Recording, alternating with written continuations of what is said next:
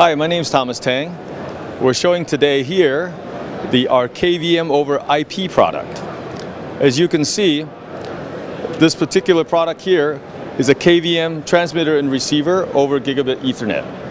In this product, you can see both monitors. That is actually the local, and this is the remote. I'm going to do this just to show you. There's very little delay on here.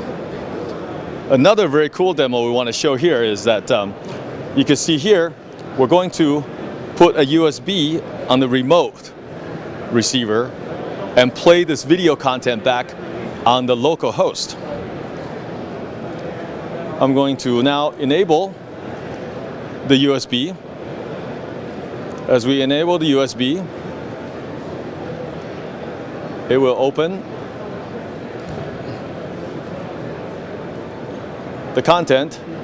Now I'm going to play this content on the remote USB and will stream back to the local host.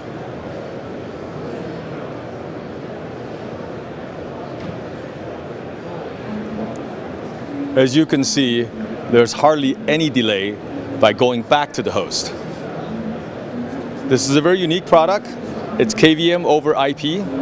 It's capable of 16 hosts and 200 remote locations.